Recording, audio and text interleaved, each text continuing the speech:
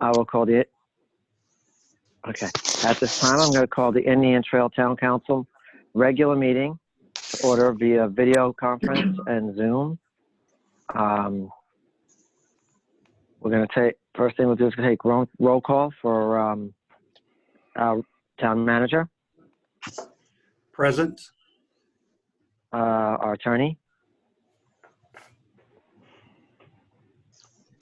Present. Not present. Sorry, I was muted. Present. That's okay, Karen. And Kathy, I know you're here. Absolutely. Thank you. I'm here. And do we have a full council? Marcus? I'm here, sir. Todd? I'm here. Jerry? Present, Mayor. Mike? I am here. Okay, and Shirley? Is she logged on? I don't see her. Oh. Okay. She may have had other things to do. Should we call her and take a minute break? Yes, I'll give her a call. Okay. Since I'll give it, we'll give it a minute break. Let her call her. Hear Ms. Howe this way? I can hear Ms. Howe. Okay. Okay. Say hello, Ms. Howe. All right. Hello, and I'm present for us. Okay, well, that's good. We have a full council. Ms. Queen, if you would just take roll call of the staff that's here today attending the meeting. Absolutely. I'm Kathy Queen, Town Clerk. We have Abby Ball, Communications Coordinator, present. Okay, thank you, Abby. Jim Wadowitz. Present. Finance. Kari Warner, HR. Here. Adam Lamb, Public Works. Present. Todd Hunsinger, Engineering. Here. Brandy Dees, Planning. Good morning. Present. Alicia Massey. Alicia Tax. Hayden Kramer. Present. Okay, and then of course Gary Evans is our consultant, is usually online, and he is not here this morning. And we have absent Alicia Massey. Thank you, Mayor. Okay. Let's move to the pledge. If everybody would, I will start. I pledge allegiance to the flag Flag. The United States, United States of America, and to the republic for which it stands, one one nation, under under God, God, indivisible, indivisible, with liberty, with liberty and and justice for all. That is really difficult to do over the phone. Thank you, everyone. We'll take a 10-second moment of silence for those suffering through this pandemic.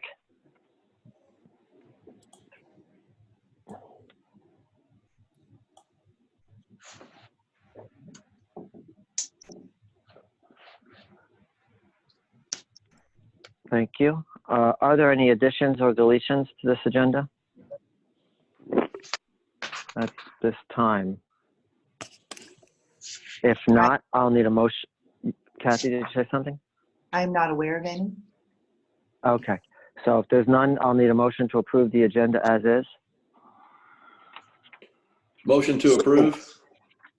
Was that you, Jerry? Mike. It's Mike. Oh, it's Mike. Sorry. Mr. Head made the motion to approve. All in favor? I'll go down the line. Councilman Morse? Approve. Mayor Pro Tem McIntyre? Approve. Ms. Howe? Approved. You said approved. Okay. Mr. Barber? Approve. I do not believe I missed anybody. Sometimes I do. So that would be unanimous.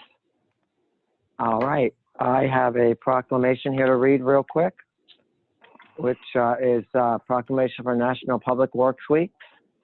I will read it.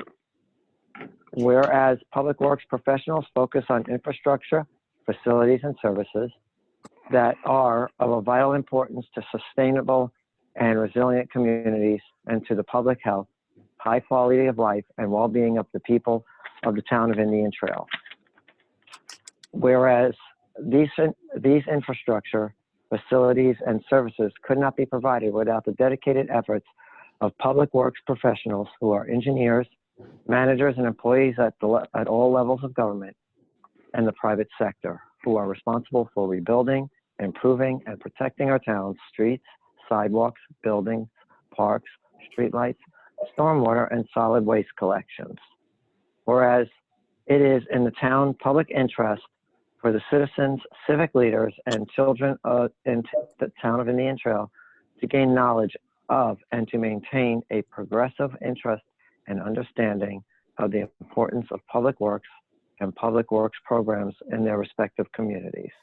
Whereas the efficiency and the qualified and dedicated personnel within the Public Works Department is materially influenced by the citizens' attitudes and understanding of the importance of the work they perform.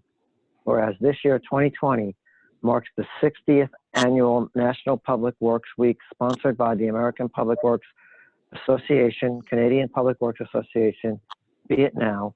Whereas this marks our 4th year commemoration of the National Public Works Week sponsored by the American Public Works Association with the theme, The Rhythm of Public Works, speaking to challenges our staff and our citizens to think about our communities as a symphony of essential services working in concert to create a great place to live, work, and play. Every community has a rhythm, a heartbeat that reflects the essence and tempo of life. And now, therefore, I, Michael L. Alvarez, Mayor of the Town of Indian Trail, North Carolina, do hereby proclaim May 17th, 2020 through May 23rd, 2020 as National Public Works Weeks in the Town of Indian Trail. And I call upon all citizens and civic organizations to acquaint themselves with the issues involved in providing our public works and to recognize the contributions which public works officials make every day to our health, safety, comfort, and quality of life, given under my hand and the seal of the Town of Indian Trail, North Carolina, on this 12th day of May, 2020. Thank you. Oof. Are there any public comments anybody knows of? I did not receive. Did you? Okay, so I'll close the public comments. Is Captain James on the line? I am. Good morning. Good morning. Good morning. Do you have an update for us of any? A very short one for you. The sheriff sends his best, Mr. Mayor, and wishes you the best after your surgery last week. And but other than that, knock on wood, everything is still going pretty much by par. That we have not had one of our guys or gals exposed, and hoping to continue with that. And everything as businesses start to open back up, and as the traffic continues to increase, in some parts we didn't see a decrease on some of the major roadways, but as it starts to increase, our accidents and our calls for service continue to rise. So hopefully, we hope the public and the citizens here in town will take heed to some of the cautions that were put out, and we'll just go in stride. Does anybody have any questions for me? Anyone wish to be acknowledged? No. Well, thank you, James. Thank the sheriff for his kind words, and stay safe. Yes, sir. Thank you. At this time, we'll go to the consent agenda. If there's no questions or concerns, I'll need a motion to approve. So moved. Mr. Mcintyre has made the motion to approve. Mr. Morse? Approve. Mr. Head? Approve. Mr. Barber? Approve. Ms. Howe?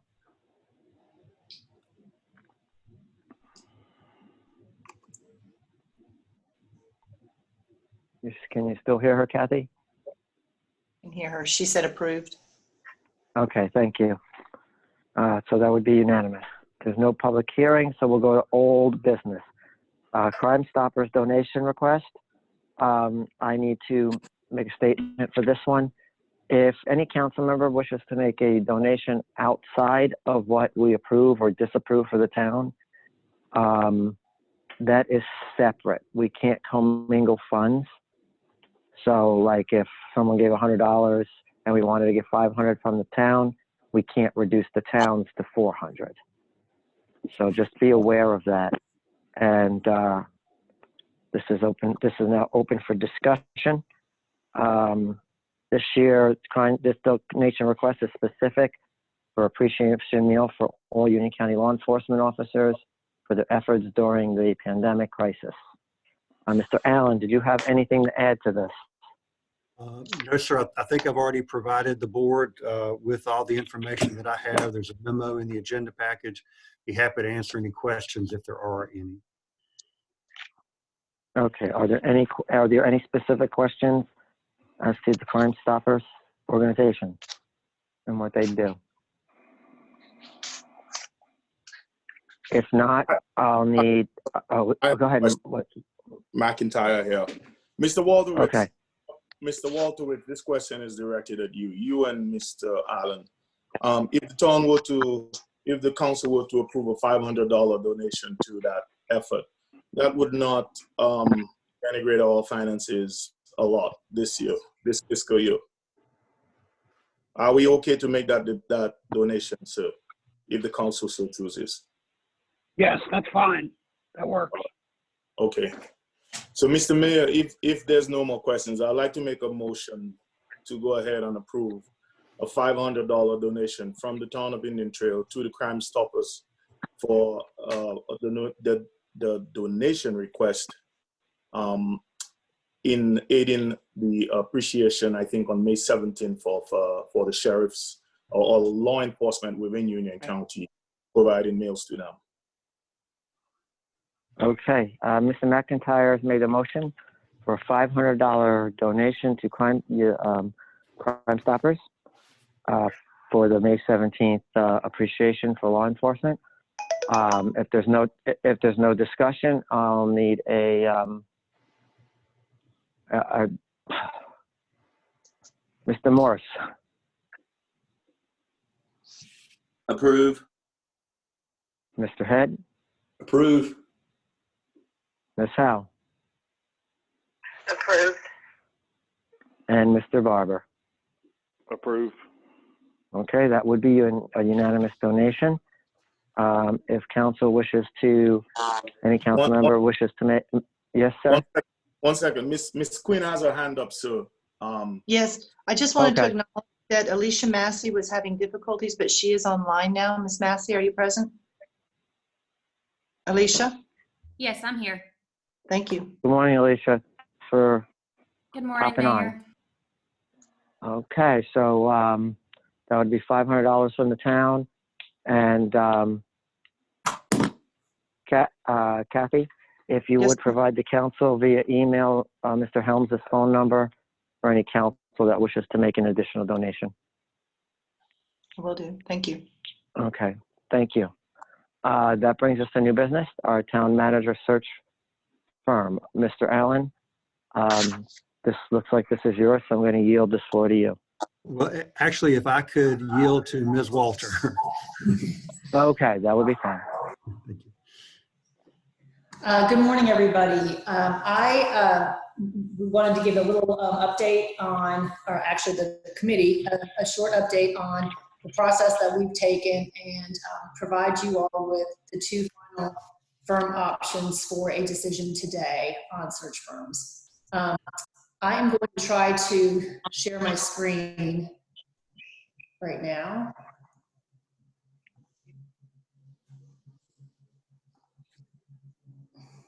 Is it sharing? Yes. Yes. All right, perfect. All right, so just a quick background and a catch up. The committee consists of Mr. McIntyre, Mr. Head, Mr. Allen, and I have interviewed search firms, and we have narrowed it down to these two final groups. One is the Mercer group, with our primary contact and the person who will do the search, Ellis Hankins. And the second option is Developmental Associates, which is owned and founded by Steve Strauss. I have provided a little bit of information on each of the individuals in the first box. They are both incredibly qualified, and we this is not an easy decision. Both firms were excellent. The major difference I believe that we want to point out is the way that they conduct the search process. The Mercer Group is, I'm going to call it more old-fashioned, but they do a more subjective process, which consists of interviews, reference checks, background checks. It's resume-driven. Their focus through our interviews and through the submitted materials is more on coaching, counsel, with the decision-making while they assist with candidate screening. The Developmental Associates method is much more objective. They do a assessment process where they actually put the candidates through circumstances, scenarios, and testing. And it's not really, I'm going to call it, it's testing and evaluation processes. It's much more assessment and score driven. And their focus seems to be more on the emotional intelligence, objective standards, and candidate analysis. So those are very broad differences between the two. They both seem, they both were, from my perspective, they both provided excellent backgrounds. They have both been very successful. I think this is just a matter of which way the town, you all as council feels more comfortable going through the actual town manager selection process. Both Mr. Mcintyre and Mr. Head conducted reference checks on both firms, and they received excellent reviews from everybody who has used them. And then you can see in the bottom, I have included the price. The Developmental Associates process is a bit more expensive, but they're both close enough for government work. So I am happy to answer questions, but I also want to make sure that Mr. McIntyre, Mr. Head, and Mr. Allen contribute their thoughts on the process and opinions of the firms, so you all have any information that you all want before you make a decision. Mike, you want to start? Offer some words based on the process and the interviews that we've had to date with the firms? Sure, be glad to. Like Karen said, Marcus and I called on probably 4 to 6 different cities and towns, and as she said, they were all very positive, and really it does come down, in my opinion, to the method. I have gone through something similar to their EQ, and I actually went through it a couple times with a couple of different firms, and to me, that's the one difference, and where I came across, and it was very close. I went with Development Associates, strictly for the EQ. Since one of the biggest issues I think we had with our previous town manager, Patrick, was that emotional quotient, emotional intelligence. Now, Karen, I'm reading this. So Development Associates has that opportunity to do the same. Karen? Yes, yes, they do. Mr. Hankins said that they do. They can do the testing, the emotional intelligence testing. Would that be additional cost?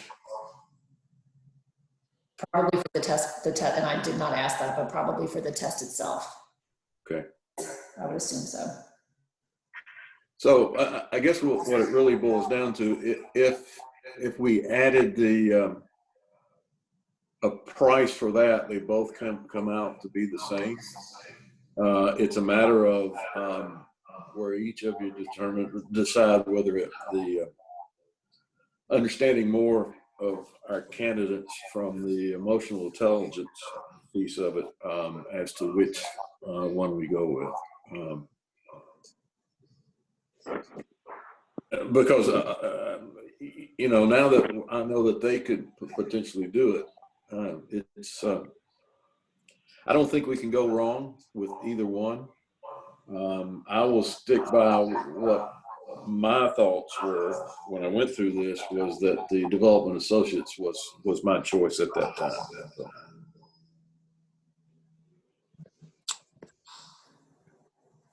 Mr. McIntyre, do you have anything to add to that? Yeah. So there's a lot of feedback. So if everybody could probably mute for a second. So when we interviewed 3 firms, right? And we kind of down selected 2 right here. Part of the process involved us as the town being very open and honest with them. Our approach was that we know that we in the town have had some challenges. Our history of managers hasn't been the greatest, and we made that very clear up front, because we wanted to enter into a process where we're open and honest, and we can really have a fruitful search that gives us a manager that fits into the town. That's one of the key points that we made to them, is that we wanted somebody who would fit into what we want to do. For development associates, they more or less were asking along the lines of, what sort of issues are you having in the town? Because they wanted to make sure that the person that comes in is somebody who can help us resolve some of these issues and really have a long, fruitful career at the town. You know, with the Mercer group, and for me, I don't want you guys to feel that I have a preference with one of them. I really want the council to sort of vote as a group and, you know, make that decision. I don't want to influence anybody's decision. Unless they really do ask for my opinion. But with the Mercer group, it's a more conventional search. They have a lot of interviews, some of them face-to-face. With COVID-19 now, we're not sure how that's going to work, but there are some interviews. When we spoke to Ellis Hankins of that group, he was in the process of working with a town, I think, called Southern Shores, if I'm not mistaken, in their manager search. And they were very happy with that process. He told me that they had, you know, when they had the interviews, or they posted the job application, they had about 60 people apply for the job. They brought that down to about 20 people to bring to the council. The council narrowed it down to 10, and I think as of last week, they were on their last 2 people, the 2 finalists for that position. So in regards to the Mercer Group and Development Associates, we did do a lot of, where Mike and I called different towns. We didn't call the same places. He called some that were randomly chosen, as did I. And when we spoke to all these people, they were both happy with the process. One of the key things that stood out for me when I spoke to people who use both Development Associates and the Mercer Group's methods is that these managers were in these positions for multiple years, meaning 3, 4, 5, and you know, even some others. And I'm going to make a statement here. I think that we as the council, taking this approach where we are hiring a professional firm to do a search for us, is really a critical step that I think has been missed in the last few appointments we've made to managers, or make the appointments of managers to the town. I think that gives us a little bit of quality. It also allows us to get qualified people to apply for the position, and therefore lets everybody know that we are serious in that process. So Development Associates, I think, has a good way of doing things. Mike is talking about the EQ, which really centers around emotional intelligence, how you go about reacting to certain things you can't say at work, and so forth, and really adapting to your employees. You know, we know that some of the things that were lacking recently, and we want to make sure that's part of it. One of the other things that we also wanted to incorporate into that is, at some point, whichever firm we hire, that they would solicit some input from the staff, and we're talking about the department heads and so forth, because we also want to make sure that the employee's voice in terms of the manager search is heard. We don't want it to be where it's just the council saying, hey, this is it, you take it or leave it. We do want to get some feedback, because the manager and the employees will spend more time than the council and the manager. So that's part of it. But I just wanted to add that I think either way we go, it's really up to the council, and the direction. One may end up producing a lot more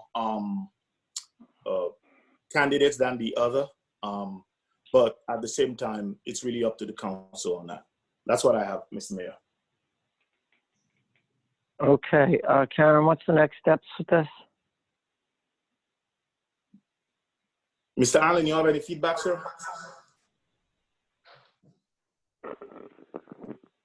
My only comment was that I think they are both, as you pointed out, they're both excellent firms. I would consider these the top two firms in the state in terms of selecting local government managers. So I think they're both top-notch firms. Okay. I'm just looking for next steps. Okay, if I would love to get some dialogue with and questions from the rest of the council on the process, and so that people can feel as if they have enough information to make a good decision on which group we want to go ahead and extend our offer to. So if we could open it up to council for questions, that would be great. All right. Mr. Morse, do you have any questions? Yeah, and I do value Mr. McIntyre's opinion. So seeing as Mr. Head provided his opinion, I would like your opinion, Mr. McIntyre. Sure. So which firm? I would have, I'll be honest with you, after we interviewed all three firms, I was leaning heavily towards developmental associates because of the emotional intelligence item or interview. The reason being, in our town, we don't have a lot of services that we provide to the citizens. A lot of that comes from the county. So we have a manager who would really need to learn how or be able to effectively work with the staff. Having said that, we did some further digging, and Ms. Walter found that the Mercer Group does have that emotional intelligence component. And based on that, I am going to say that I would recommend the Mercer Group, because I think that the Mercer Group may allow for more candidates to be hired, or sorry, more candidates to apply. And let me just quantify that for a second. With developmental associates, sometimes privacy is a concern, meaning that some people in certain towns may apply, and in certain cases, if they apply, their board may know and get upset and so forth, and you have to heal that relationship should that person not get the job. With the Mercer Group, it's more, it's more, I don't want to say hidden, but it's more anonymous in a sense. If you're not selected, no harm, no foul, you move on, you stay in your job. But I feel that some people may be reluctant to apply because of the development associates method versus the Mercer. And if we really want to get a good manager, especially with the fact that there's about 30 other open positions within the state, I would highly recommend the Mercer Group's approach using the EQ testing that's available to us. Thank you for that. So, my understanding of, the difference between objective and subjective, it's like objective, you're unbiased, and subjective, it's biased. Does that really apply properly to these firms? When we say subjective, are we looking at more of a personal feelings, opinions, versus just fact-based hiring with the objective approach? And whoever can answer that, I appreciate it. I'm happy to answer, since these are my words that I put on here. The difference between the two is that, and what I'm calling objective, is the developmental associates actually uses testing and scoring assessments. And so they do everything from scoring resumes, scoring EQ tests, scoring assessment centers. They invite people from other towns, for example, to outside assessors to come in and evaluate the candidates under, some sort of testing condition. So they're given a project, or they're given a situation and asked to resolve that, and then they're scored on how they resolve it. So this objective measure is literally numbers, scoring tests. The I'm calling subjective is more the personal interview, the reference testing, the review of resume, writing examples, and so it's more subjective in that there's really not a score for each one of these processes or one of these components of the search, and so that's why I'm calling it more subjective. But the developmental associates is literally numbers driven. So whereas the Mercer group assists the council in how to ask the questions, what questions to ask candidates that they know or believe to be important to finding the right person for the right fit for the position. So they're sort of coaching you council on how to ask the questions, what to look for, what you should be, what your goals should be with regard to the people individually. The developmental associates groups gives you a scored list that says, okay, we've done this testing on these people, here's your top people. And so it's much more numbers driven than the subjective process of the Mercer group. Is that helpful? Yes, ma'am. Thank you so much. Does that answer your question, Mr. Morse? It does. It does. Thank you. Okay, thank you. Ms. Howe, do you have a question? No. Okay, No. Mr. Barber? Oh, yes, I got a question, and anybody can answer this, but maybe I'll direct it to Mr. Allen first, since he's been around. Do we know which one of these firms has more experience working with towns in North Carolina? They both have a lot of experience, Mr. Barber, so numerically, I'm not sure which might have the most, but I would say that they both have enough that it probably wouldn't be a concern either way if you picked one or the other. They both have a lot of experience in North Carolina. I was just wondering, because I saw the one's former president of the League of Municipalities and the different things, so that's why I was wondering. And Right. I guess either Mike or Mcintyre, Marcus can answer this, but you did say that. Do you think the Mercer group produced more candidates?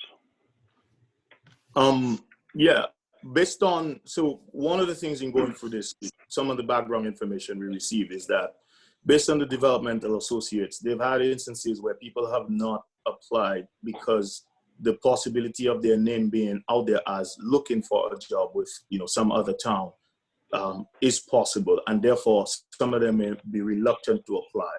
I think in one instance, there was an individual who applied, did not get the position, and it took him almost a year to sort of rebuild the trust with his board in terms of the relationship.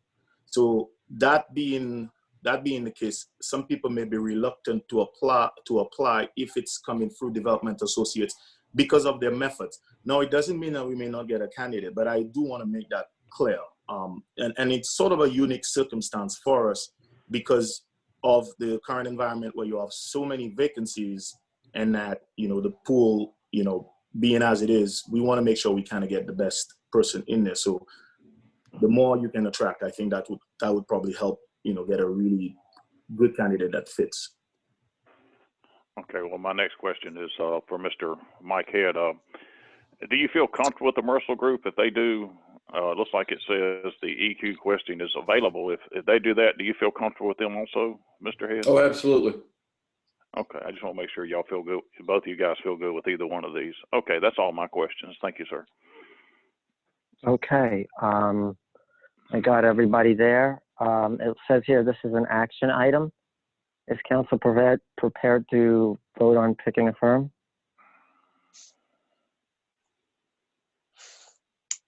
Mr. Morse, are you comfortable on picking a firm? I just want one clarification again. The development associates, that will probably generate a larger pool and it'll be more discreet. Is that correct? No, Other way around.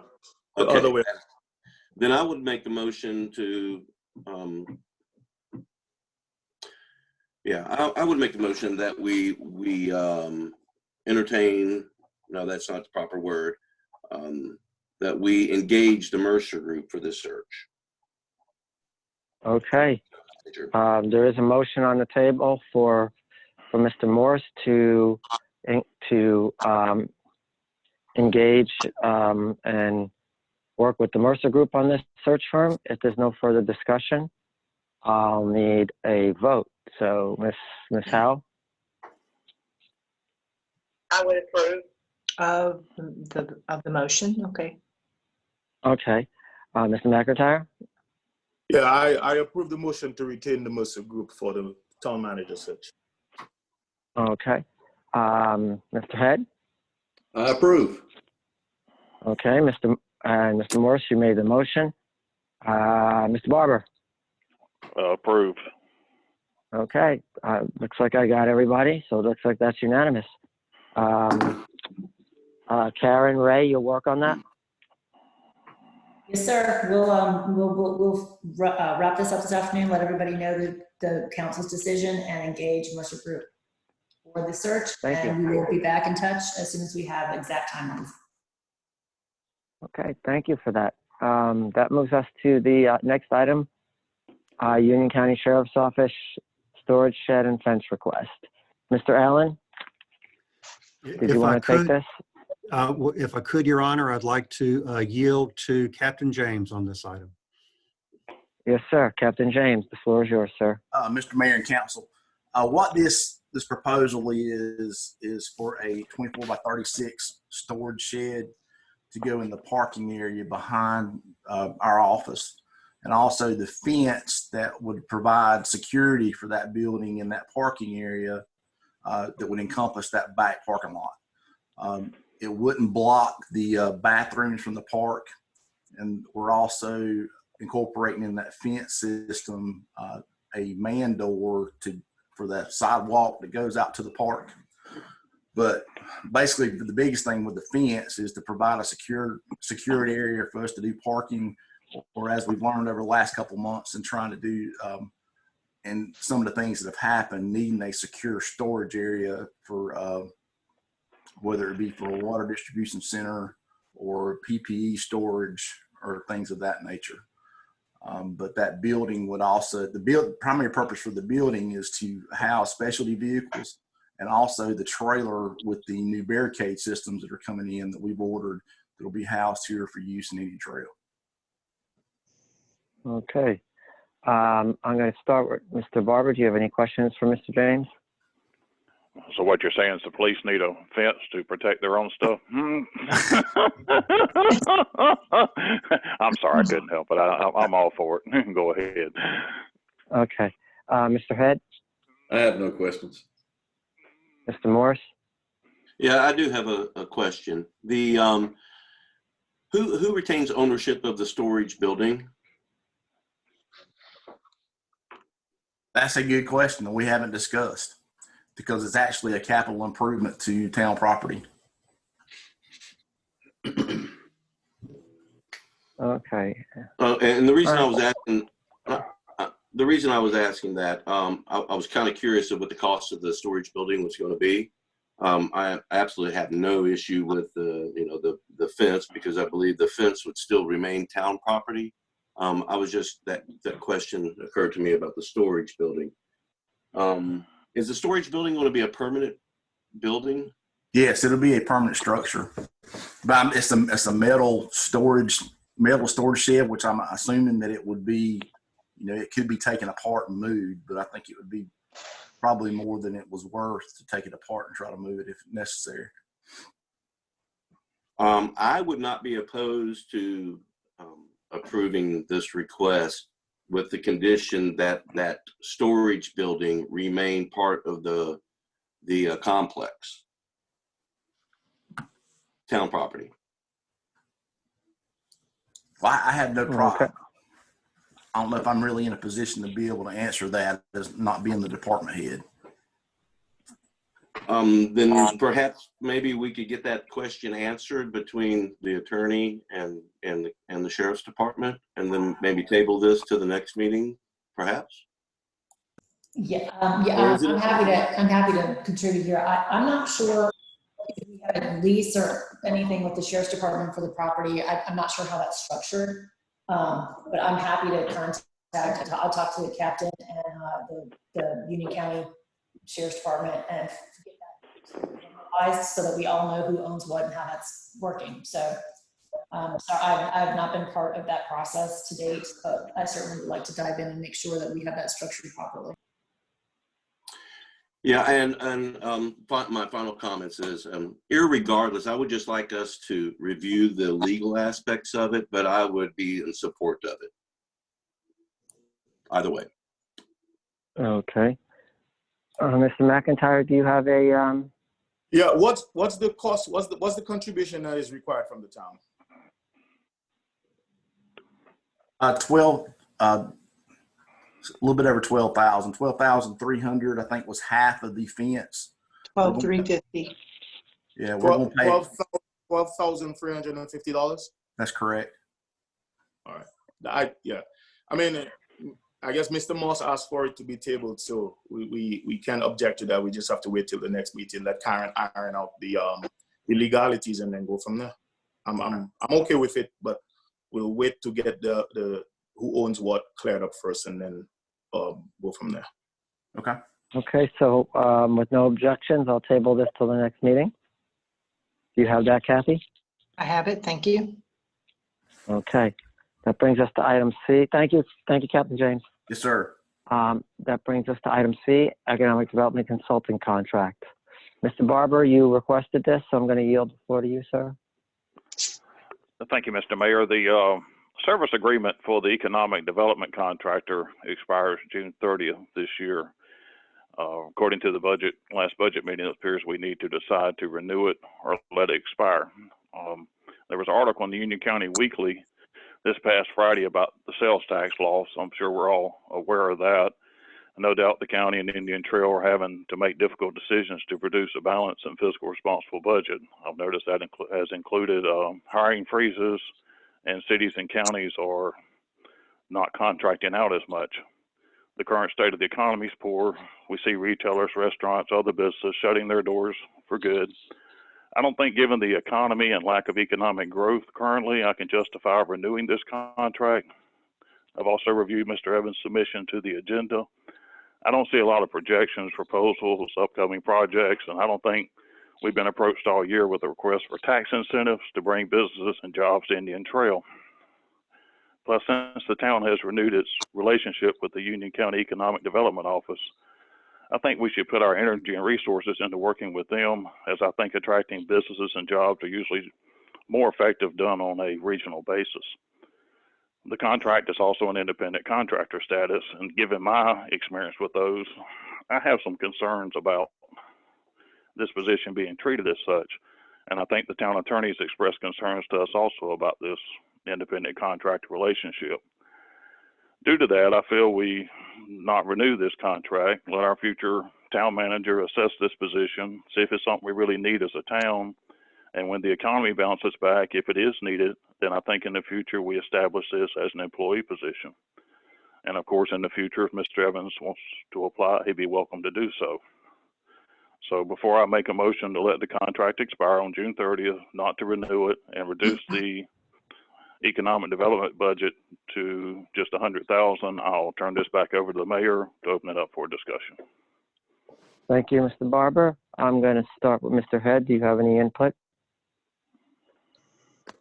No, not at this time. Okay. Mr. Morse? If you could go to the next council member, I'm still kind of absorbing this, if you don't mind, sir. Yes, sir. I'm more than happy to. Mr. McIntyre? Yeah, I don't have anything to add. I think Mr. Barber put it in a succinct manner that based on the article, the projections, the fact that we had $275,000 budgeted, we just had Stafford corrugated material get a $115,000 grant from Union County to remain in Indian Trail. And we had $200,000 roughly available, and not a penny was asked of us to engage in that. We want to make sure that we're getting some value for our money. So I don't have anything to add in addition to that. Okay, Ms. Howe? I do approve it, but going back to checking out the property owners and how this would set up if we had any problems. And I understand you're getting the work to the information gathered to present to us at the next council meeting. Ms. Howe, are you able to hear the conversation? We appreciate your comments on the feedback for the Union County Sheriff's Office storage and shed. We are now discussing the economic development consultant contract and opinions on whether to renew that contract or to let it expire with the town manager, the new town manager making that assessment. Ms. Howe, can you hear me okay? Yes, I can hear you now. Mr. Barber noted that sales tax losses due to COVID-19 were a concern. He said that he doesn't feel that there's justification to continue the contract. He stated that with the renewed relationship with the ED, Union County, and Monroe, and he expressed concerns about the independent contract within the town and that the town attorney has stated so also. He also suggested consideration of allowing the new town manager to assess the need and potentially creating a new position in which the current consultant could apply. And Mr. Mcintyre, your comments for you, would you like to restate those? Sorry. Would you like to restate your comments on the contract? Yeah, I will. What I said is I support Mr. Barber's comments in terms of I don't have anything additional to add, but the one thing I want to mention is that recently the Stafford Corrugated Materials Company based in Indian Trail worked with the Union County Economic Development guys to remain in the town for the next 5 years, and all it took was $115,000 in incentives to do that. Now, this is something that is a business based in Indian Trail, and we had $200,000 available this year. Not a penny was asked to help with that. So, in other words, we want to make sure we're getting good value for our money. If the county is doing this, I see no reason to duplicate our efforts there. Okay. I would approve that then. Approve not renewing the contract or approve renewing the contract? What are your thoughts? To renew the contract. Okay. We don't have a motion yet. We don't have a motion. We're just asking for thoughts. Sorry about that. Okay. Mr. Morse, are you ready to speak? Yes, sir. Thank you so much. Yes, sir. I want to acknowledge that Mr. Evans has brought value to the town and have brought projects, as with the hotel and the others items listed in our package. That said, I do have a question about the contract as it is right now. It looks like we could terminate the contract effective immediately. Is this true? Yes, that's true. Okay. If the motion that Mr. Barber sounds like he's going to make about not renewing the contract, do we want to have any verbiage in there? Is there any thoughts or consideration about when the contract would end? And that would be to Mr. Barber, please. The current contract expires June 30th, 2020. Okay. So we're proposing just not renewing it. Correct. Okay. That was my questions. Thanks. Mr. Mayor. Yes. Yes. Miss Walter, from a legal standpoint, can you offer any advice to the council, please? Yes, again, the existence of this position is absolutely a council decision. I have, though, been doing some research and speaking with some human resource legal experts, and the position that is being filled through this contract is more like an employee than a contractor.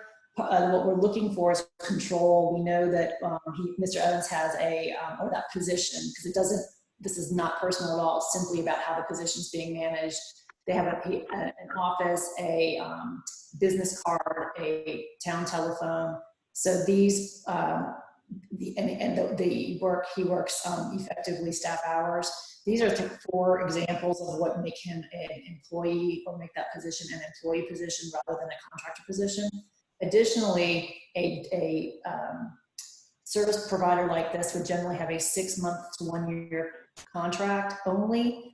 Anything over that begins to look much more like an employee. So it would be my recommendation that if council does choose to maintain the position, that it become an employee of the town rather than a contractor of the town, unless we make significant changes to how that position is handled inside of town hall through a contract.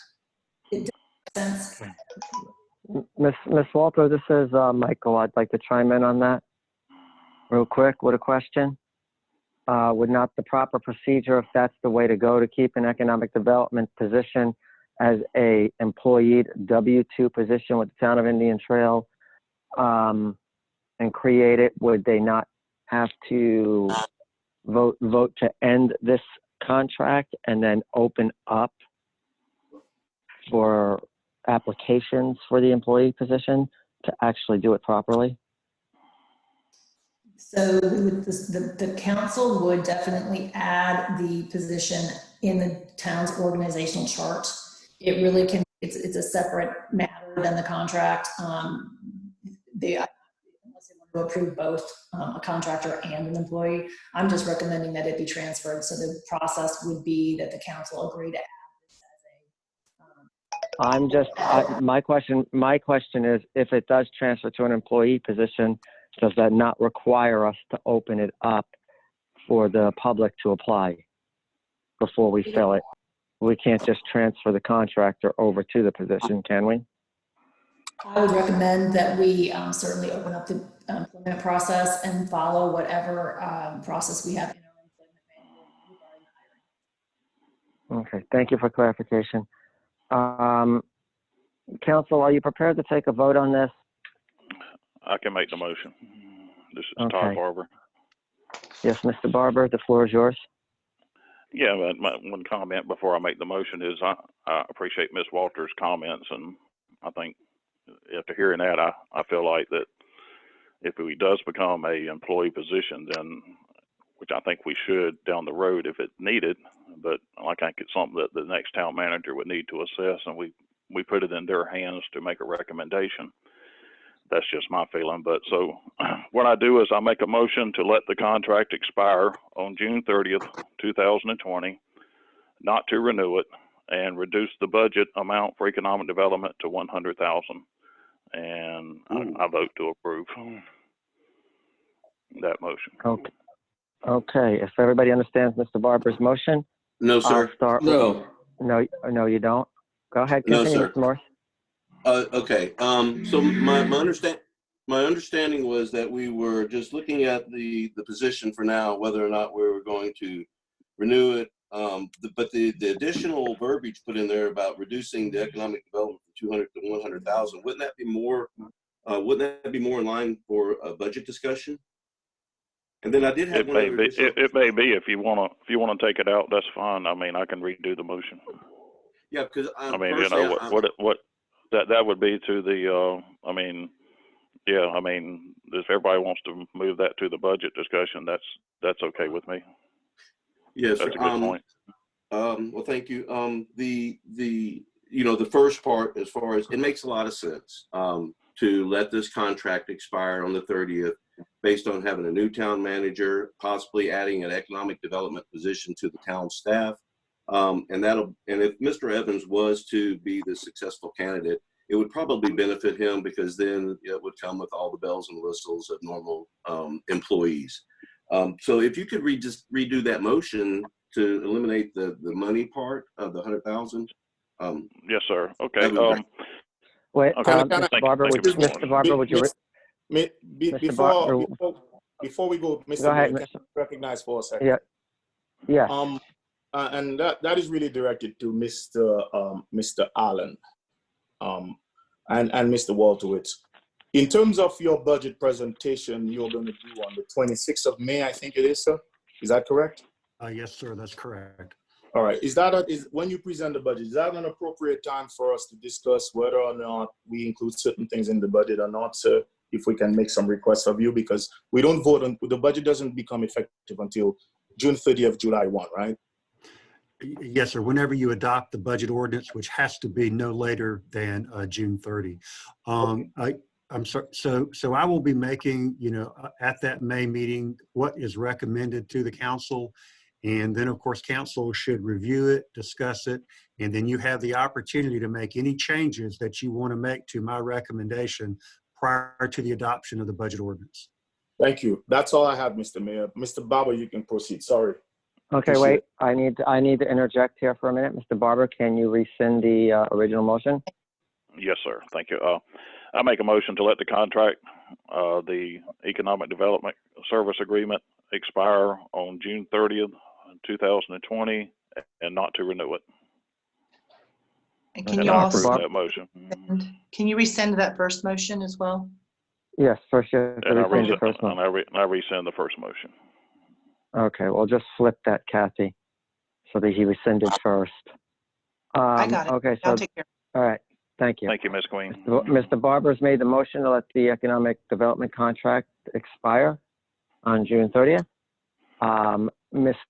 McIntyre, I support that motion. Mr. Head, I support it. Mr. Morse, I support it. Miss Howe. I support it. Okay, that would make it unanimous. For discussion's sake, if we could just call that Mr. Barber amended his motion, and then we don't have to worry about a double vote. So that would just be an amended motion. Okay, that's fine. We'll take care of that. Thank you. Okay, thank you. All right, that brings us to the Town of Weddington request for a traffic signal. Mr. Allen. Yes, sir. Thank you, Your Honor. You have in your agenda package a little bit of an email history. Apparently, this issue came up about a year or so ago. The town administrator in Weddington reached out to the then town manager here in Indian Trail and made a request that the town of Indian Trail considering contributing $35,000 to the towards the cost of a traffic signal at Antioch Church Road and Forest Lawn Road. I think the total cost of that's estimated to be about $100,000 to $105,000.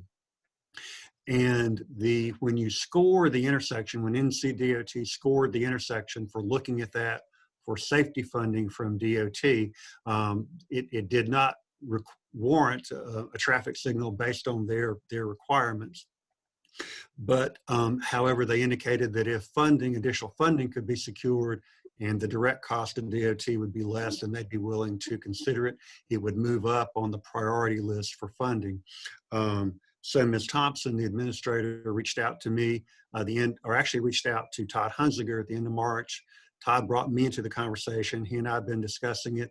And then, of course, Mr. Morse received an inquiry about this from a citizen who lives nearby in the subdivision that's inside Indian Trail, but is adjacent to the signal and has an entrance to the subdivision where the signal would be, asking about, the town's interest or possibility of the town helping to fund that traffic signal. So I wanted to bring the request from the town of Weddington to you for council to consider. I didn't feel like that was something that I could make a decision on.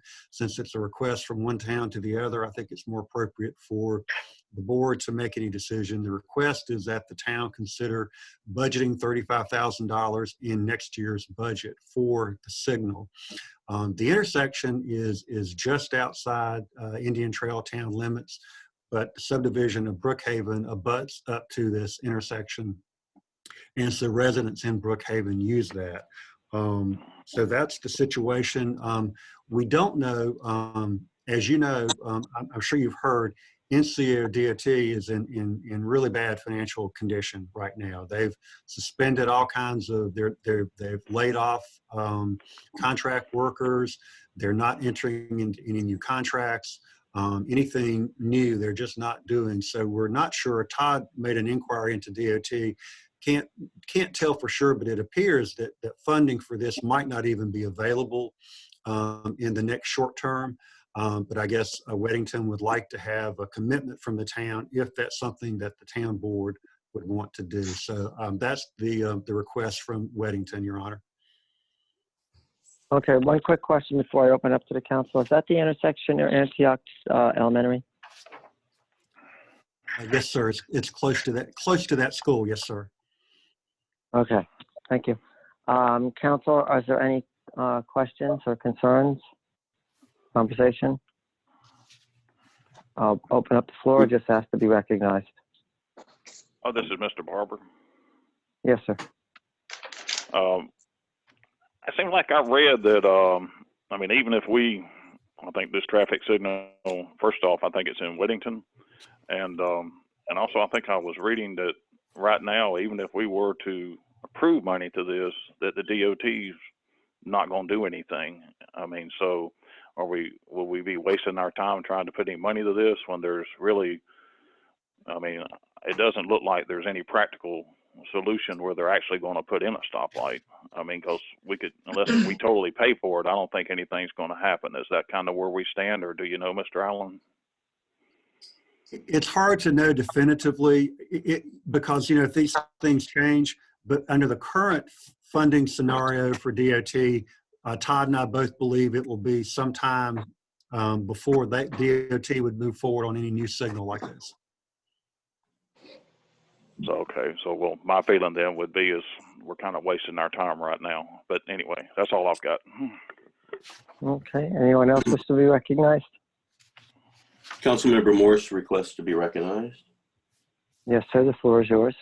You know, I think this is an opportunity, even though it might be a long shot, to get a traffic signal that will directly benefit, you know, some of the residents in Brookhaven, which they too pay taxes. But my concern, or let me just follow up with this. I received a follow-up email from Mr. Wirt, and he is the Brookhaven, I believe, the HOA president over there. And he had made a comment, you know, thanks for getting back, and he's aware of the lack of funding, and he was going to gauge their community regarding their appetite to possibly bring forth some funds towards this intersection. Would that change anything as far as, you know, is that even doable? Can you have private citizens chip in money with two municipalities to pay for something, and say in whole? I believe, Mr. Morse, that DOT would probably take money from anyone, HOA, towns, or whomever, that would lessen, you know, their financial participation. I don't know that for sure, but I would guess they would be open to taking funds from the HOA. Thank you. So where I'm going with this is, you know, maybe just it would be beneficial to Indian Trail to maybe look at going in on a project jointly with another municipality. Granted, the possibility of it getting funded by DOT, and I was on a CART post, so, you know, I'm aware of those funding shortages, is probably like a snowball in Hades. But if this group of people from Brookhaven were to be able to pony up some money, then this looks like a golden opportunity to solve a problem with $35,000 directly out of Indian Trail's budget. So, you know, I just want to throw that out there as food for thought to maybe consider that we could at least budget the money, and, you know, perhaps it would happen, but I know it's doubtful. Any thoughts? Okay. And any other council comments? Mcintyre here. If it's doubtful, I don't see why we should budget it. That means that everybody who's driving on a road, because they live in, you know, I mean, we have the Monroe Road coming up. Maybe we should ask people from Charlotte to contribute to the road. I know these people live in Brookhaven. They live in Indian Trail. That's fine. We know the current conditions with the NCDOT. We're asking for Indian Trail to put a third of that money off a road that an intersection that is in Weddington. I mean, I haven't heard of this happening in any municipality before, where we pay for something and somebody else's thing. I understand the need to help the citizens. I am all for it. But at the same time, we know that DOT is stretched thin. The Monroe Road project, we're not even sure. Hopefully we can find out something coming up here from Todd, an update on that. We're not even sure if that's going to happen.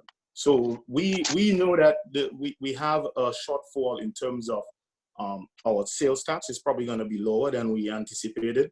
Not just us, everybody. And to set aside $35,000 for something that we're not sure of, I don't know if that's the best. If you tell me in 2 years' time or a year time, when things are back to normal, everything's humming, the sales tax is up, more revenues coming in, and DOT is back on good funding, good financial footing, I can say that.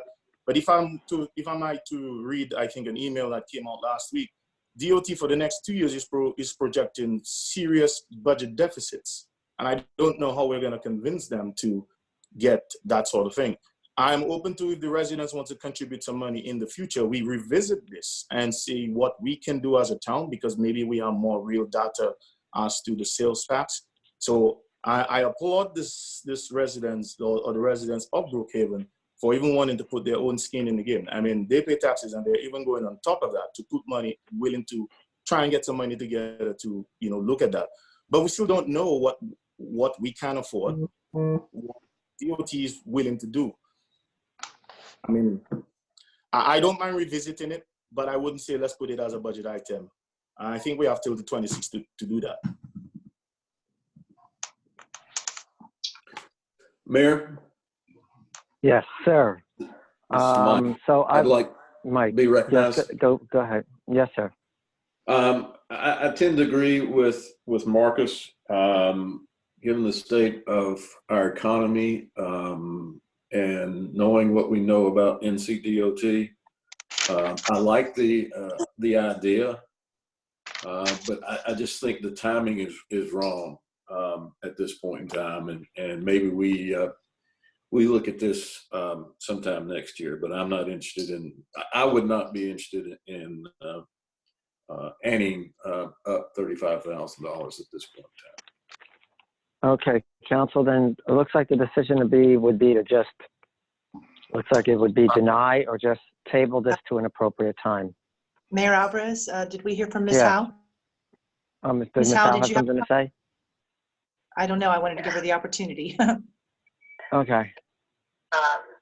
Very interesting comments from guys, but I think that we got sort of shafted on Monroe Road, and I think that should be our priority. Some roads in our town that I understand about the circle and all that, but we just got to.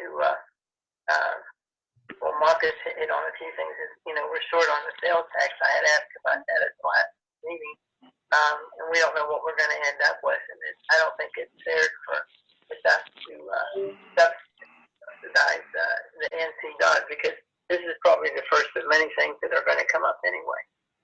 So I would not be voting to approve that. Okay. So, Mr. Mayor, can I make a motion? Yeah, go right ahead. I want to make a motion that this request for the traffic signal be postponed to maybe March of next year for discussion again, because I mean, as a resident of Indian Trail, I am, I am sympathetic to the people of Brookhaven and the issues that go around there. But I think that would give us as the council a sort of a good idea as to how the economy is performing. We've gone through winter. Hopefully the COVID doesn't come back, and we sort of have a good idea as to where our finances are going to end. And I think at that time, Brookhaven residents can, if they are willing to also put some money into this, we could probably have a better picture. DOT's finances would have a better idea. Maybe we even have a state budget at that time and then go from there. Okay, well, everybody's heard Mr. McIntyre's motion to postpone this to the next budget year. Mayor coming in? Mayor Alvarez, Yeah. May we inquire of Attorney Walter? I'm not sure this needs a motion. Just simply, It's an action. That's why I made the motion. Sorry. Yeah, it's an action item. Okay, yeah, I don't believe we require a motion because we're not going to do anything with it at this time. We'll just bring it back up later for discussion. I mean, my suggestion would be just to table it till next year, but if Mr. McIntyre's got a motion, it works either way for me. Doesn't matter. Whichever way is right. Yeah, and it would be a So motion to that- table. It would be a motion to Okay. table the item until next budget season. Okay, and that's exactly what he did. Okay, Mr. McIntyre's made the motion to table this to March of next year, considering financial situations and sales tax and this current state of NCDOT. Mr. Morse? I agree. Okay. Mr. Head? Approve? Ms. Howe? Agree. And Mr. Barber? Approve. Okay, that would be unanimous. Thank you. Kathy, you have all that? I do, and I have one more question. I Yes. was texted a moment ago that the captain's on the phone and he has the information on the storage shed and fence that he wanted to share. Okay, I'd like a motion to suspend the rules to bring back Captain James for the shed discussion. I'll So make a moved. motion. All right. All right, Mr. Morse made the motion. Mr. McIntyre, are you okay? Yes, sir, I am. Ms. Howe? I am too. She's good. Okay, and Mr. Head? Approve? Okay. Mr. Bob. Captain James, Oh. it's about the shed, and I got everybody, right? No, Mr. Mr. Barber. Barber. Okay. Okay, so Captain Approve. James, okay, that's unanimous. Captain James, the floor is yours again about the shed. I'm unsure about what exactly you got in your packet. So to kind of start from the beginning, the fence, the cost of the fence is a little bit over $24,000. Half of that fence was what the town is being asked to chip in on. The building itself is actually, I'm going outside of my budget actually for the county to give me some extra money to buy this building, a storage shed. The answer that I got was that the building would remain the property of the sheriff's office, and I don't anticipate this ever happening. But if this the contract situation fell apart, that the county at that time could let Indian Trail retain it with transfer. But I would never see. I don't foresee that happening in the near future. It'll probably be end of life for that building anyway when it did happen. So. I think that answers your question, Mr. Morse, doesn't it? Yes, sir. Thank you very much for getting that info. Yes, sir. Okay, so that being said, did the council prepare to make a motion on that, or did you still want to put it on the next meeting? Well, Mr. Mayor, can I just ask a question? Yes. So we're saying the building is owned wholly by the sheriff because you're going outside your sheriff's department because you're going outside your budget. But you're saying that to put up the fence is $12,000? The security fence in total is $24,000. We're splitting the cost of the installation and the fence with the town of Indian Trail. Wow. Thank you. You're welcome. Okay. And it's my understanding what you said, you're going outside your budget to the county to build the shed. The shed is retained by the sheriff's office, but if at any time the contract was canceled, the county would turn the building over to the town.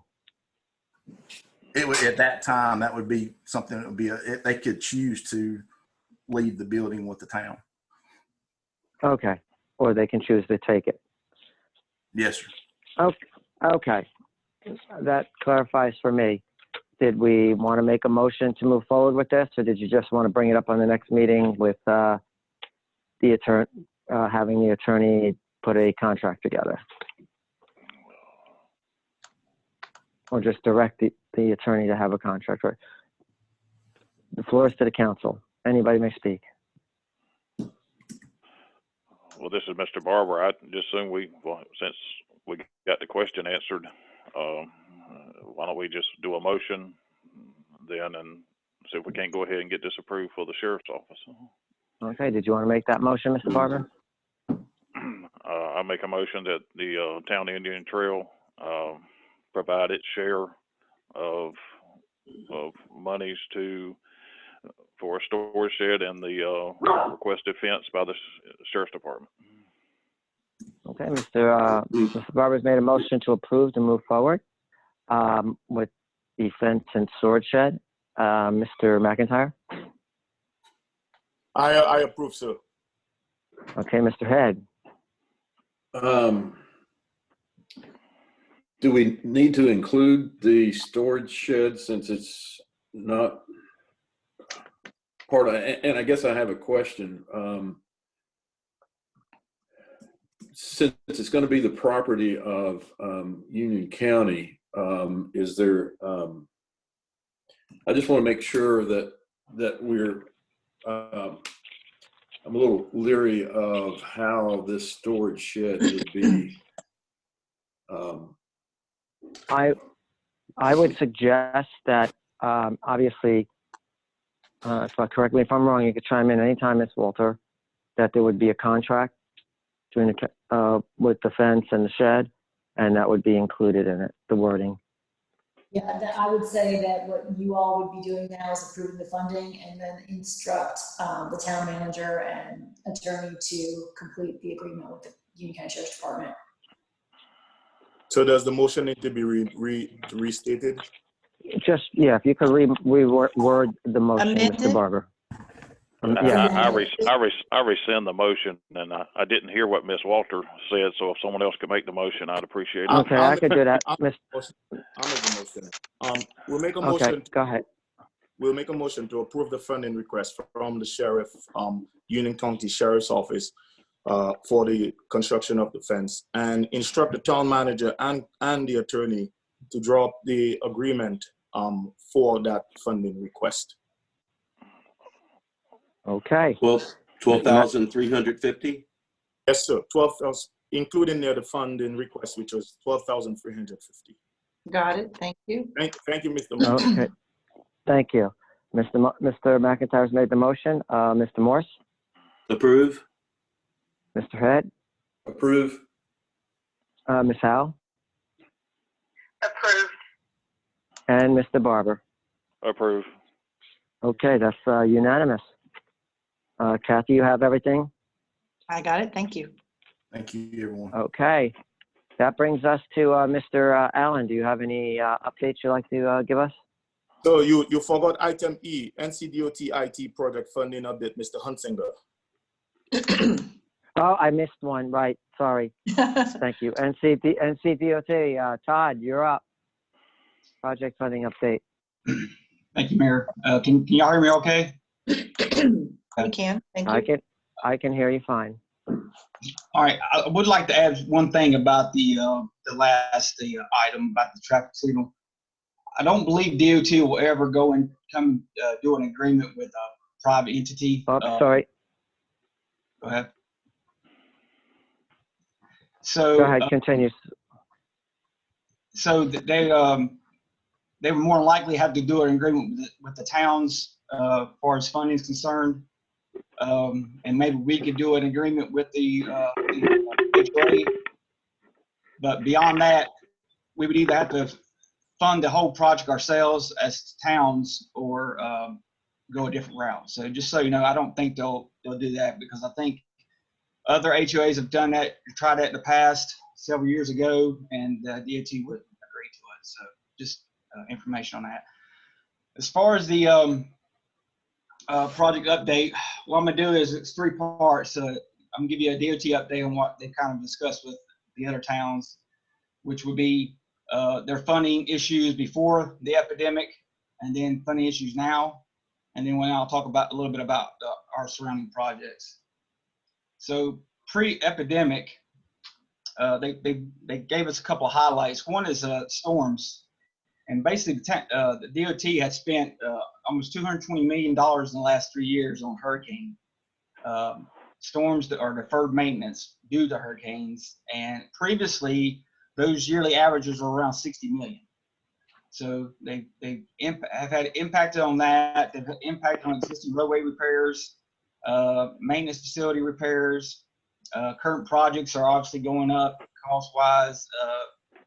More than I guess they thought, and so they've not anticipated that. And then the maintenance budget evidently is a very slim budget. They have, they've had the same maintenance budget since 1993. And I don't know how that happened. But anyway, that was a very interesting tidbit. All right. So now, as far as the current situation, I'll explain a little bit. As you know, most of y'all know now, they're at the cash flow limit. So that means basically they can't enter in any contracts whatsoever. And we have not been told when they can enter in any contracts. So basically we're suspended. They're thinking maybe in the fall they'll have a better idea, but for right now, they can't do anything. And so some of this is because of traffic volumes. They're down 40 to 50% statewide. Obviously, they got a shortfall right now, 300 million. I think y'all have heard that before. Next year, they're anticipating 400 million. Revenues are down 5 to 6%. And the last time they were down that much, it took DOT 5 years to get out of it. There are 620 active projects, which they have to continue on, or obviously they'll get sued by the contractor. So those have to continue on. 75% of their budget actually leaves the department itself due to POW bill funding, consultants, construction, etc. They have obviously, I think you've got the email. If you didn't, they have delayed advertisements for proposed projects for the next 12 months. They have those 250 projects that are delayed are estimated the cost of the DOT at $2.1 billion. So they've got to find the money for that. Due to the fact they're below the cash flow, they have suspended any right-of-way acquisition. And just to follow up on that, while we're talking about it, I did reach out to the DOT about Omer Road project, and the right-of-way was obviously supposed to start this month. They have suspended that till August, and supposedly they will have an answer if it's going to continue to be suspended, or they will move forward with right-of-way. And that's just that particular project. I'm not sure if that's nationwide or not, I mean statewide or not. Roadside mowing, it's basically been, the frequency of roadside mowing is going to be delayed for the foreseeable future. So you will see tall grass and DOT right-of-way everywhere. I believe Adam kind of figured out a frequency of timing when that's actually the frequency they're going to do. I'll let him add that real quick, what he found out from DOT. We got an email this morning back. I talked with Ray earlier that they're only going to cut 3 times this whole calendar year throughout the life of the growing season. All right. Next, obviously, hiring freeze. You've already heard, and they're actually talking about possible furloughing employees, but those conversations are still ongoing. Programs they're going to suspend as of now: litter sweep, training program, state park road maintenance, reimbursement to schools for road improvements, sign repairs, any asphalt patching, and obviously traffic signal installation, which you've already heard of. It's basically suspended. And again, that's all I've got as far as current situation. And then again, for the projects, you heard about Omer Road. Obviously, Sardis Roundabout is an active project that continues on. And I've already discussed reimbursement situation about that project months ago before the epidemic, and so we've got that nailed down.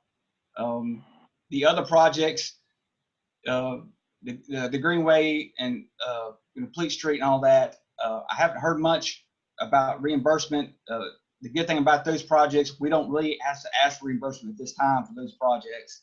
So I mean, we could sustain those for over a year, and the town really wouldn't have to spend any money. The other thing I wanted to bring up is we talked about the budget retreat, the possible project of combining the Complete Street with the intersection improvement downtown. And, we're going to have to come to some form of decision on if we want to move forward with that project design-wise, without knowing for sure if DOT can reimburse us for it. So we'll have those conversations here soon, but I just want to make you aware of that. That project really can't be afforded to delay due to other surrounding impacts. So, but just wanted to make you aware of that. Does anybody have any questions? Mr. Mayor Mcintyre here. Can I be recognized, sir?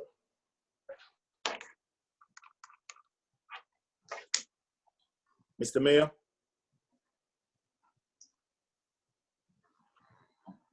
Mr. Alvarez. All right, I guess, Mr. Hunsinger, quick question for you. The funding for the complete street and so forth, the reimbursement, is that guaranteed that we'll get that back? Because I know that we may not necessarily ask for it right now, but should their funding improve and we also kind of keep our same, revenues coming in, would we be guaranteed to get that money back from them when things do improve? Yes, I believe so. Since we have an agreement signed okay. by the feds. Yes. So. Okay. All right. That's the only question I had on that. Mr. Mayor, are you back, sir? Yes, I am. Everything's back. Okay, go ahead. Can you hear me okay? I can hear you. All right. So, is there anybody else has any questions for Todd? Yeah, Councilmember Morse requests to be recognized. Yes, sir. Todd, on the Monroe Road, and y'all, anybody, refresh my memory. We already have $1 million budgeted for the right-of-way acquisition for fiscal year 19-20, or is it 20-21? That would be 2020. 19-20, we have already sent out $1 million. Oh, sorry. We do not have to send out $1 million for this coming 2021 budget. Thank you.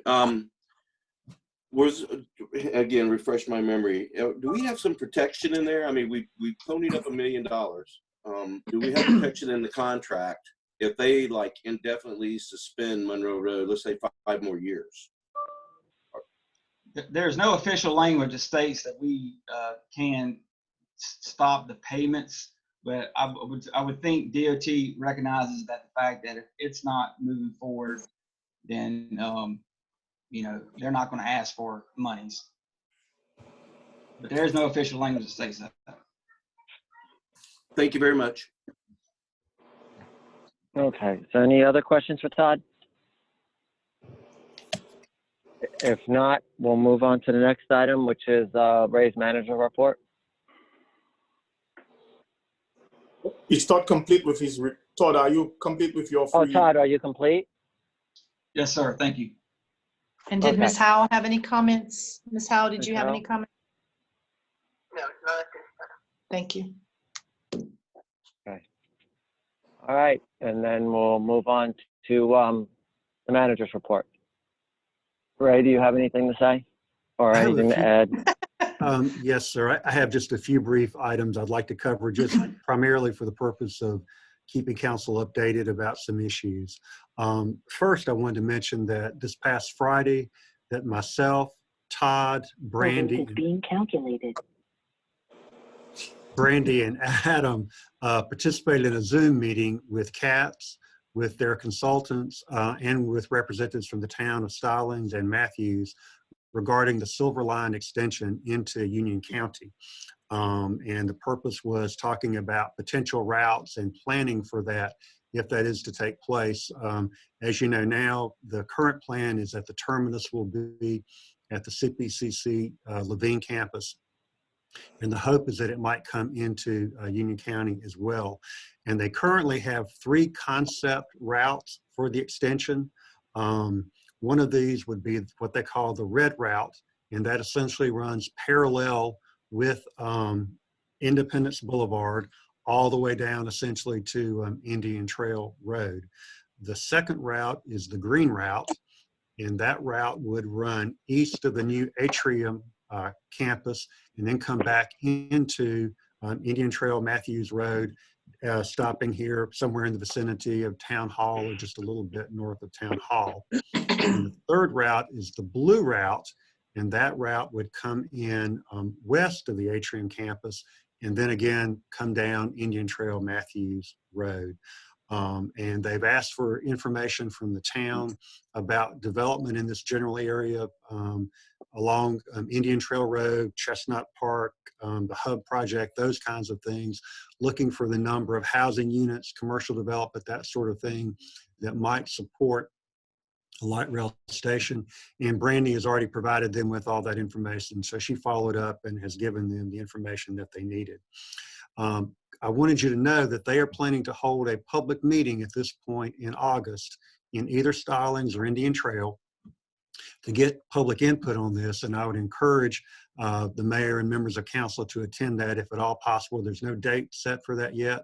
And obviously Brandy or someone will provide you with that when that occurs. But I think it would be a good idea definitely to participate in that public meeting. And then after that meeting, they will refine the alignments that they're looking at. And then they hope to make a decision of the final options for the alignments by the end of the current calendar year. Any questions, Your Honor, on that particular item? All right, if not, I'll continue. I wanted to mention, remind council, because we did send out some information, that Adam has worked with GVS services to restore those services that were previously suspended or deferred because of the COVID-19 pandemic. Yard waste is being reinstated this coming Monday. So this coming Monday, the 18th, yard waste will be back on a normal schedule. And then quarterly bulk pickup, which had originally been scheduled for earlier this month, has now been scheduled for June. The orange route will be June 8th through the 12th, and the green route will be June 15th through the 19th. Last thing I want to talk about is COVID-19 response. I know that's always on the top of turn right in 0.4 miles. Of everybody's mind. I gather somebody's en route somewhere. Yeah, I apologize. I'm en route to uptown Charlotte. No worries, Mayor. No worries. I have one last item to mention. We're continuing, town staff is continuing to meet regularly and to try to adjust and make plans for the pandemic. As you know, phase 1 of the state's reopening plan went into effect this past Friday, May the 8th. That really had little effect on the town because primarily that was geared toward residential establishments, retail establishments that were not previously authorized to be open. It did open parks, but of course, we had already elected to keep the Indian Trail parks open, except for certain amenities that gather crowds. So really, phase 1 had very little impact on the town. We are currently working on a plan as to how we will move forward when phase 2 goes into effect, which hopefully will be May 22nd. That's when phase 1 is scheduled to end if the state's numbers continue to remain stable or improve. And what we're looking at is additional things that might open up, such as park amenities like tennis courts and dog parks and restrooms and that sort of thing. We also are going to be looking at on a plan to bring more staff back into town hall. As you know, most of our employees have either been on administrative leave or have been working from home. So we're gradually going to be bringing people back in. Starting now, we're bringing some additional people back in on staggered dates, but we're going to be ramping that up as we move toward the end of May. Kari and Adam have been working on making sure we've got the appropriate personal protective equipment for our employees, thermometers, masks, sanitizing gel, gloves, etc., so that when employees come to work, then they'll be equipped with all of those items. And we're also looking at our workspaces and spaces. We don't have a lot of these, but spaces where workspaces might be shared. We're looking at alternatives, try to separate people out, make sure that they're safe. none of these decisions are going to be made in a vacuum. We're going to be looking for leadership from the state, from Dr. Cohen, from the CDC. We're also going to be talking with the jurisdictions here in Union County and surrounding us. Kathy, Ms. Queen has already reached out to the town clerks just to get sort of an update on where those towns stand with bringing staff back in, things that they're doing. And then, of course, we're going to be figuring out what we need to do to bring the public. We're allowing the public in town hall now on an appointment basis, but generally looking at what we need to do to keep everyone safe when we bring the public back into the building. So we're working on all that. Related to that, I know that you probably saw that the General Assembly enacted a bill last week that did have some emergency funds for local government jurisdictions affected by COVID-19. Unfortunately, there was no direct aid to municipalities at this time. There's a $300 million pocket of federal funds that were set aside for local government aid. What the General Assembly elected to do was give $150 million of that directly to counties, or those counties that had already not gotten a direct federal grant, such as Mecklenburg and Wake. So $150 million went to counties. The other $150 million the General Assembly has set aside, and what they said is that they will use that to backfill revenue losses for other local governments in North Carolina if they can get authorization through an amendment of the Federal CARES Act. The current Federal CARES Act doesn't allow those funds to be used to backfill lost revenues, but the state is going to be seeking that authority, and then those funds, we have the potential to receive some of those funds if that all is approved. So I just wanted to mention that. That's all I have, Your Honor. If there are any other questions, I'll be happy to try to answer those. Is there any questions for Ray at this time? Yeah, Mcintyre here. Can I be recognized? Yes. Mr. Allen, if you are in the process of bringing staff back in PP and so forth, does that mean that our May 26th meeting will be held in council chambers, sir? No, sir. We had already planned, and Ms. Queen has already advertised the second meeting in May as a virtual meeting. That will be a virtual meeting. The decision point is going to come for June, and okay. I'd appreciate input from the board about the June meetings. I think we're going to seriously be looking at the possibility of bringing those back in-house. If the board has input on that, please let me know or Ms. Queen know. And also goes for any of these other measures that we're taking, our plan. If council members have thoughts about what we should or shouldn't be doing, always welcome that input. Thank you, sir. Drive 2.3 miles. Okay. Any other questions? If not, that'll bring us to council comments. Ms. Walter?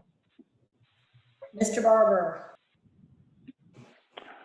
Yes, just a couple of things. One, since it's National Public Works, kudos to our local public works here and staff. Do a great job. Appreciate it, and I know a lot of citizens do too. So thank you, thank you, thank you. A belated Happy Mother's Day to my mom and my wife and all the mothers out there. We all got one, so thank you. And also I want to give a shout out to all the charities and different ones in the area that have really stepped up to help people during this time. I mean, I know a lot of people are critical, but in times like this, sometimes you really see the best in people, and through these charities and different ones in town and the county, they really have done a great job. And I just want to give a shout out to all those people that volunteer their time to help others. Thank you. That's all I have. Ms. Howe.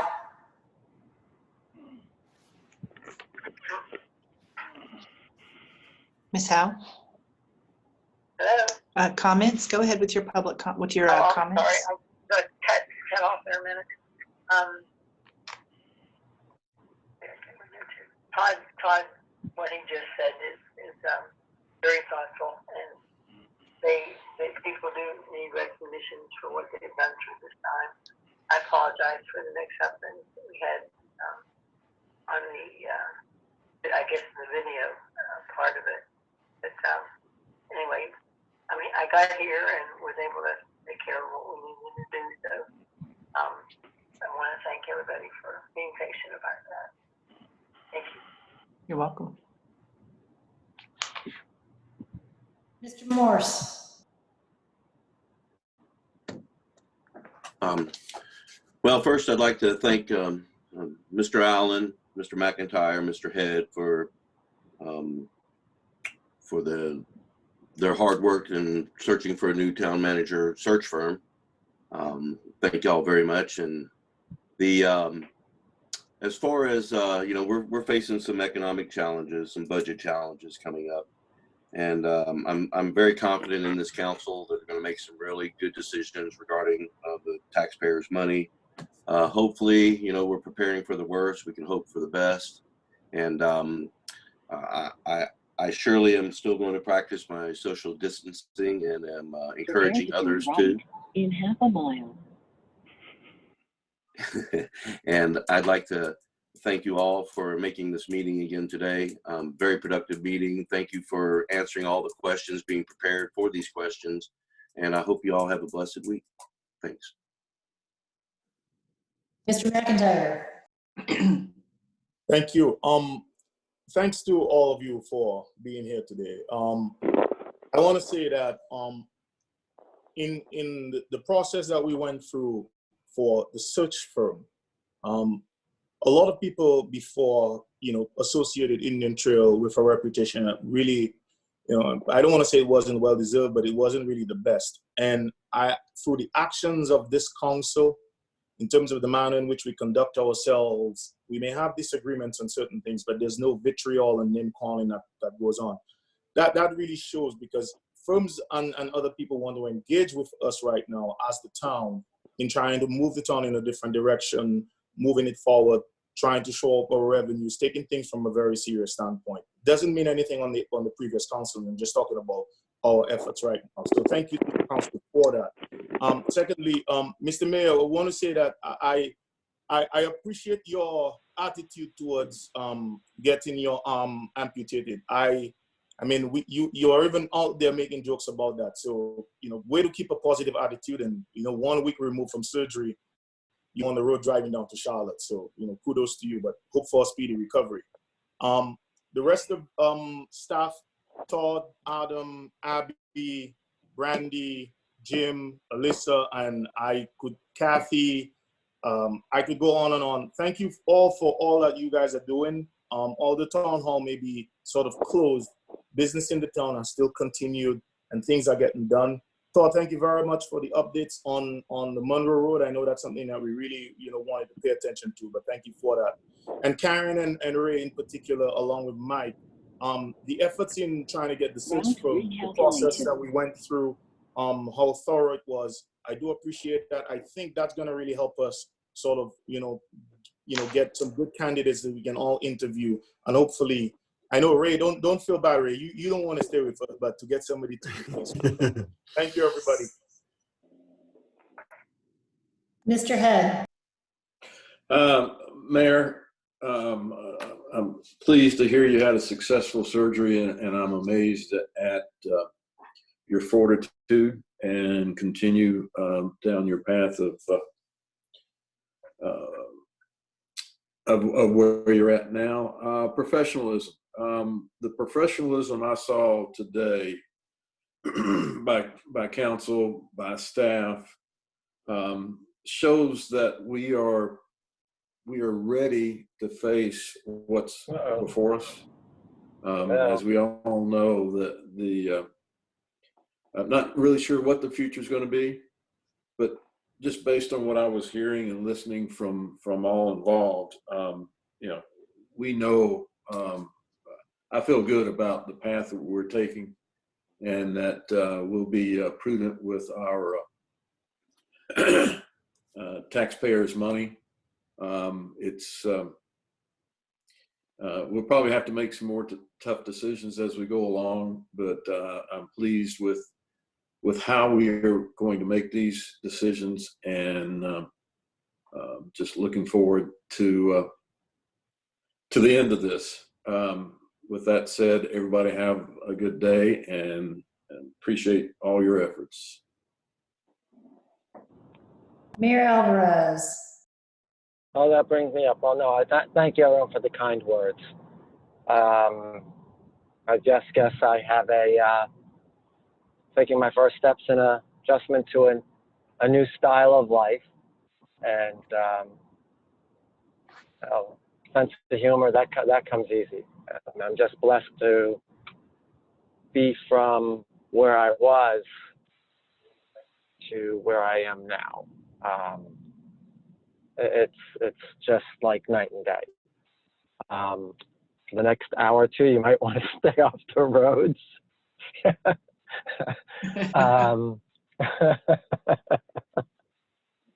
Oh God, sorry, forgive me. Other than that, I mean, I could sit here for hours thanking so many people. You've thanked staff, you've thanked everyone. I mean, Todd said the right words, but if we just take a moment to realize that basically it's been our minimum wage workers that have been running this country for the last month or so and done a darn good job. And just say thank you to them the next time you have to drive through a drive-through, and they've had to go to work, and they've been real troopers about it. And I'm just real proud of the residents of Indian Trail. Everybody stepped up their game. Everybody's been good. This town's been good. The council, staff. There's no words to really describe how you raise the bar and set the example. I'm proud to be mayor, and more proud to be a resident.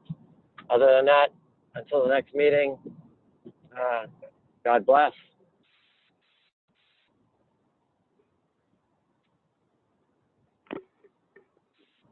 Motion to adjourn, Mr. Mayor. I get lost in this area. Mr. Mayor, motion to adjourn? Yes, sir.